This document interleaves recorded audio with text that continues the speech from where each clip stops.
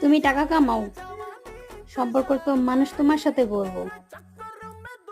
টাকা থাকলে সমাজে মূল্য পাওয়া যায়, আর না থাকলে কেউ তোমার ঠিক মতো খোঁজটা নিব না, তুমি কেমন আছো কেমন কি।